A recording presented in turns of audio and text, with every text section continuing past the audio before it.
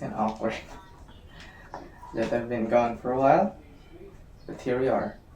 This is my laptop. This has been my daily driver since August of 2022 and it has served me well for the past 3 years, doing everything from my school activities to this channel. This is still usable. Like as you can see, this is alive and well, but there is one problem on display here, and that's the battery life. This thing only has a battery life of less than 1 hour. So that is completely unusable when you have to use it without having to bring around your charger.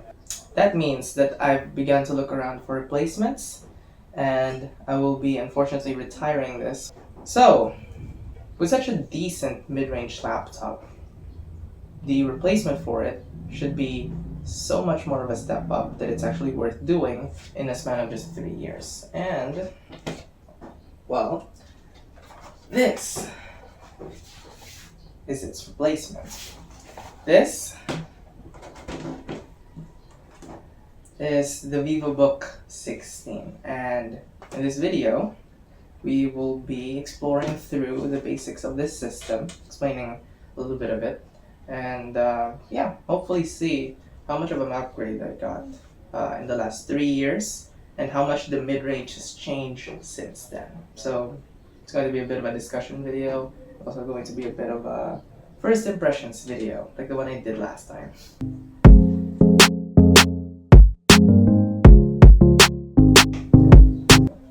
So when I bought this thing back in August of 2022, the market for mid-range laptops in the Philippines is actually kind of weird still, right? This was after the release of 12th Gen, but 12th Gen Mobile was still being released, and obviously here releases are late. So the market was sort of saturated with 10th and 11th Gen Intel CPUs, as well as 3rd, 4th, and 5th Gen Ryzen CPUs in mobile, right? So this Aspire 3 is a Ryzen 5 3500U laptop with 8 gigs of RAM, upgraded storage at this point, although the 512 gigs that I've upgraded to is already full. You can watch that video, by the way. That was a mess to do. And yeah, the original hard drive is still in here. I'm still using that because that's where I keep most of my stuff. And yeah, battery's kind of cooked. The TN panel is still garbage from where it actually began. I don't know if it's gotten worse or it's just, I mean, it's dirty. That's what it is. But yeah, this thing's been through a lot. And from the era, it was a very decent middle of the line approach, but it definitely can no longer be considered really mid-range now. And that's because of the advancements in technology that we've had within the last 3 years, right? Performance has gone up a lot, and that isn't just for the top end, it's also trickled down to the mid-range as well. It's because, and we're going to turn our heads into this thing, this has a 7th gen Ryzen 5 processor with the same 8 gigs of RAM. It's single channel, but anyways, 512 gigs of storage NVMe, and a bloody massive 16-inch IPS display. So I'm gonna close this actually because it's really difficult to film. So I'm gonna put this aside and we're going to talk a little bit more about this laptop in particular, starting, as always I guess, with the build quality of this thing. Comparing the two in build quality reveals to me really that a lot has changed since then, right? The price differential between these two are not that big, less than $100, and yet the build quality of this Vivobook is insanely high, like much higher than what this is, right? This can technically be considered an entry-level mid-range. This is legitimately a mid-range laptop. It's still a plastic chassis, so you're not getting those aluminum treatment that makes your skin go cold when you place your hand on the wrist rest. But the plastic here is good. The combination of plastics overall around the device is good. And it says right here that it is an antimicrobial guard for some reason, which is a weird marketing gesture, I guess, Asus, but you do you. Uh, it also claims military grade, certification and stuff for things like fall, extreme weather conditions, etc. But I'm not really going to go into that. All I'm going to say here is that the build quality of this thing is awesome. You can see right here, it's a plain black finish across. It's great. The only thing that I don't like about it really is that it's a hell of a fingerprint magnet because it's all bloody matte. And I like matte things. Like, I like the way that they, are really clean, really sleek. Unfortunately, because of greasy hands like mine, this thing does get really dirty even when I'm not really using it that much, right? The fingerprints get stuck everywhere. It's a fingerprint magnet at this point.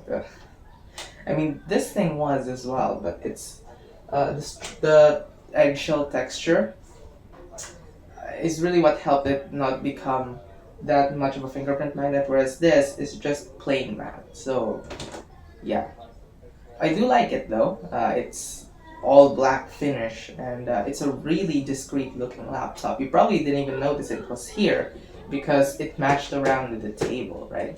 Yeah, the build quality is a-okay, awesome, especially for a mid-range laptop. And what makes this even more amazing to me of a deal is that the other specs of it aren't held back by that good build quality, right? So let's start with the actual specs of the machine here. As I said, this laptop has a Ryzen 5 7th gen processor, and that 7th gen means absolutely nothing in terms of terminology because of the way that CPU manufacturers have made the naming schemes of their CPUs so convoluted that the layperson, even a mildly tech literate person, can't wade through without having to do a Google search. But anyways, this is a Ryzen 5 7530U. That is a 6-core, 12-thread Zen 3 processor from the Barcelo U family, with Vega graphics accompanying it on board. Now, that Vega graphics is still Vega, not RDNA 2. It has 7 compute units, same as the 4500U and the 5500U. But it's clocked slightly higher, I guess, to make up for that.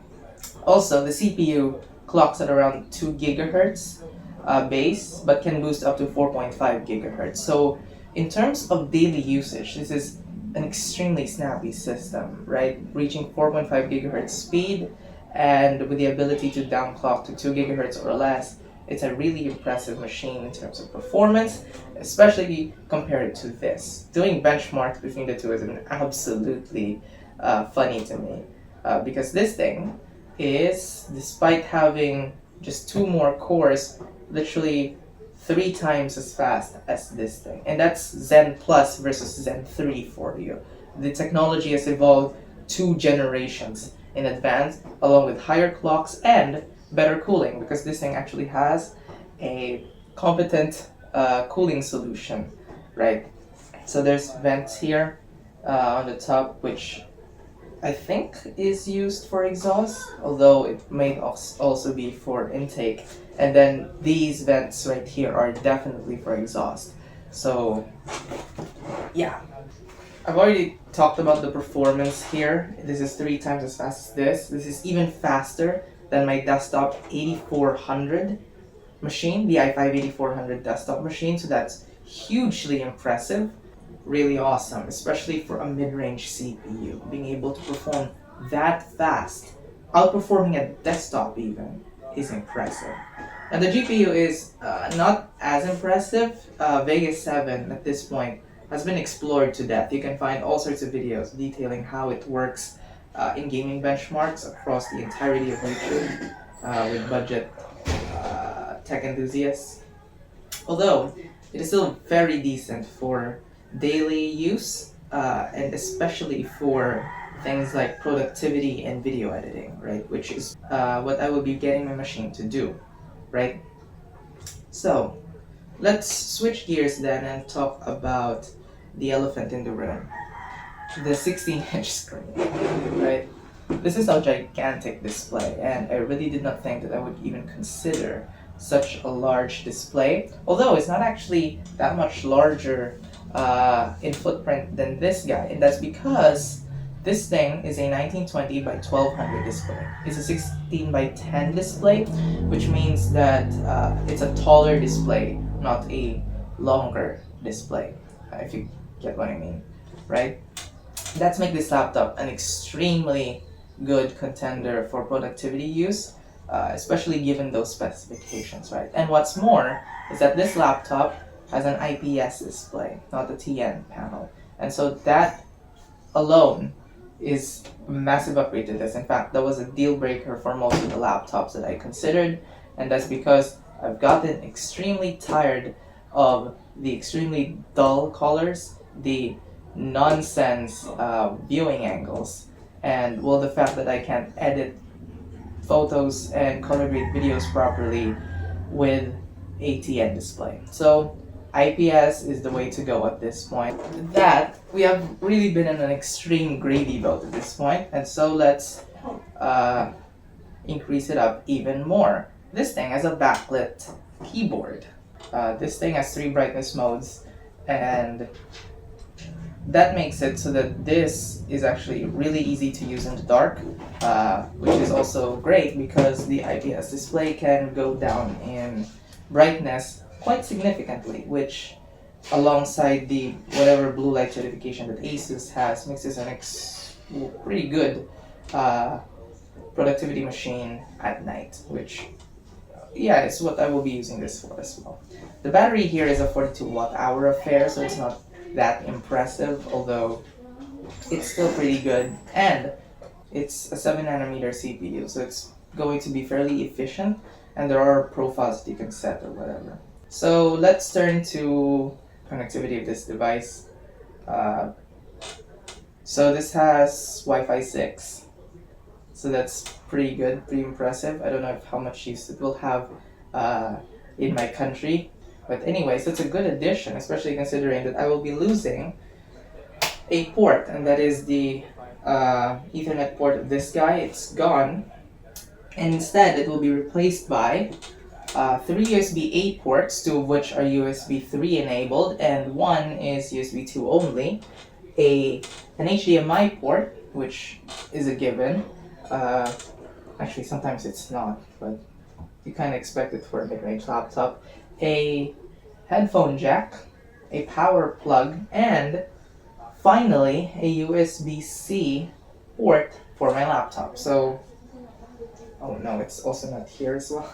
So I actually bought like a USB-C hub because I needed 4 SD cards, so I'm living the dongle life at this point. But that amount of connectivity is pretty good and is very much usable. Having 3 USB-A ports is a good thing. And that leads us to another thing about this device, which is the webcam and the microphone. This is how they look and sound like. It's not really that ideal considering that there is a backlight behind me right now, but it's a 720p webcam affair with array microphones rather that I guess has some AI in it and stuff like that, so good, I guess. I'm just glad that I'm no longer recording this in 480p. So last thing I guess is the speakers.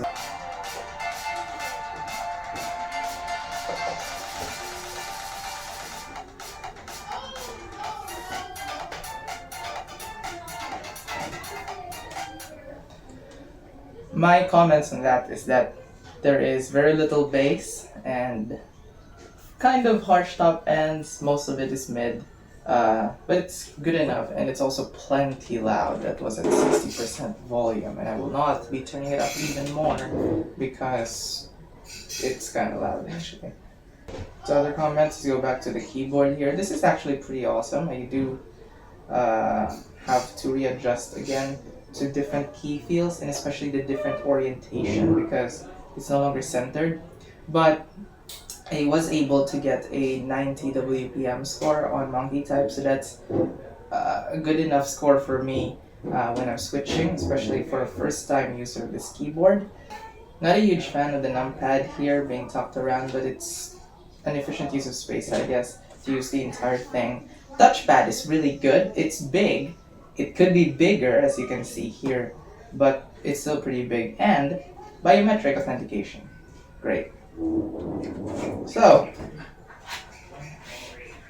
I will be putting it to spaces within the next few months, and we will see if I make a review about this or not. But the CPU itself is probably something I will talk about separately because one, the naming scheme, the debacle, and also it's a representation of how fast the mid-range has become, right? This is the fastest laptop with all of these features combined that I can find right now. And so it's an amazing laptop. And for productivity and even gaming, I've played Rocket League on it already. It's really good. So thank you so much for watching.